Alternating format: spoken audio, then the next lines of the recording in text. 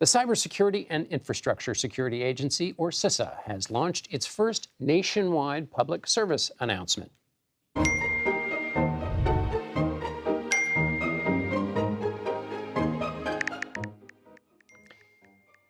PSA aims to teach Americans basic cybersecurity habits in order to stay safe online. For more on this, let's bring in the director of CISA, Jen Easterly. Jen, thank you so much for being here. So great to be here, John.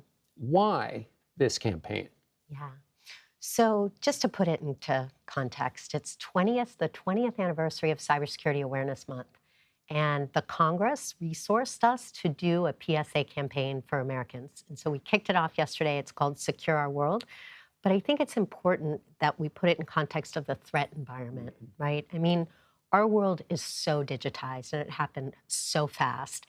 You know, technology is woven into the fabric of how we communicate, how we connect, and how we consume. When you think about how technology powers our lives, it's 23 million Uber rides a day, more than 200 million emails that get sent, and every minute, 2 billion people on Instagram, 55 million people using Apple Mobile Pay, 1.7 billion meals delivered from DoorDash last year. So everything is driven by technology.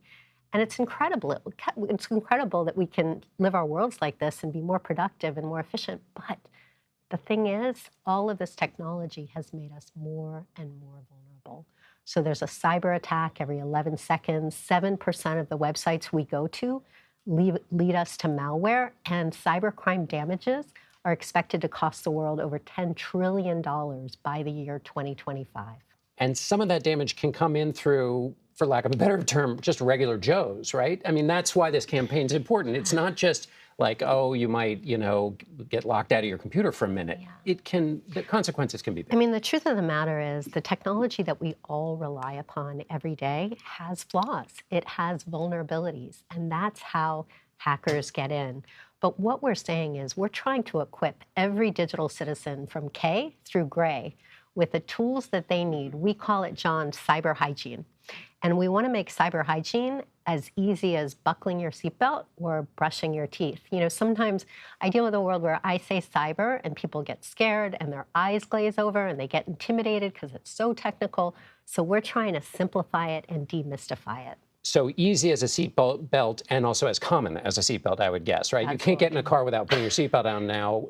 And so what, if there was one thing, they're going to watch the PSA and they'll go to the website, but if there's one thing that people should do or learn how to do to have better hygiene? So the whole point is we wanted to do 4 things, but I'll do it really quick. It's strong passwords and a password manager. It is keeping your software constantly updated. It's turning on multi-factor authentication. You can learn more about it on our Secure Our World website. And it's thinking before you click. Do not click on those unsolicited emails or open attachments from unknown sources. Tell me now about the bigger threats. So that's how we can have better hygiene. But who's coming to make us dirty? Who's coming to make life? And what's the nature of the threat now? Yeah, so the day-to-day threat that we at CISA, as America's Cyber Defense Agency, worry about has really been ransomware. We have seen the significant increase over the past couple years of ransomware. And what that is, it's typically criminals that are laying down malicious software on those vulnerable devices and then locking up that data and forcing victims to pay for it. We've especially seen attacks against what we call target-rich cyber poor entities, like rural hospitals, like K through 12 schools, like water facilities. And so we've been working to try and raise the bar so that they can be safe and secure. Let me ask you about a kind of hygiene for the software in our heads, which is if this is going to become more prevalent, is some of the mischief that's out there not just locking up hospitals, but just sowing chaos in American culture? And therefore, do we have to be a little bit more durable in the way that we react to what might very well be mischief from China or Russia in our social media, just in our lives? Yeah, I think it's a great question. We have worked hand in hand with the Ukrainians since the Russian invasion last year. And one of the things that I've been incredibly impressed with the folks that we work with is not just their cyber resilience and their operational resilience, but frankly, their societal resilience to dealing with the onslaught of attacks. And when you look at the strategic threats that we at CISA are focused on, it really is our Chinese cyber adversaries who have made it very clear that in the event of a conflict in the Taiwan Straits, that they will consider aggressive cyber operations against our U.S. critical infrastructure. So we need to be prepared for that. We need to be resilient to it. You saw Colonial Pipeline, you saw the high-altitude balloon. That was not a great time for America to show that resilience. And it's really important that we recognize there will be disruptions. We need to be able to work through them and to work together as a unified American people to deal with these adversaries. So kind of toughen up and not freak out so much. Those are my words. Let me ask you about CEOs. You mentioned ransomware. So I'm a CEO of a small hospital, or do CEOs have a new relationship, a new role they should play in a world where you're going to maybe get a ransomware attack? I think it's a really important question. You know, CEOs need to embrace and own cyber risk. It can't be something that they delegate to their chief information security officer and hope the IT team is taking care of it. They really need to look at cyber risk as a business risk, because ultimately it can take down their entire business and hurt their shareholders. So we talk about corporate cyber responsibility. CEOs owning and managing cyber risk as a matter of business risk and as a matter of good governance. And I think it's incredibly important that any business leader, particularly CEOs, C-suite, and board members, recognize that this is not something that it can delegate.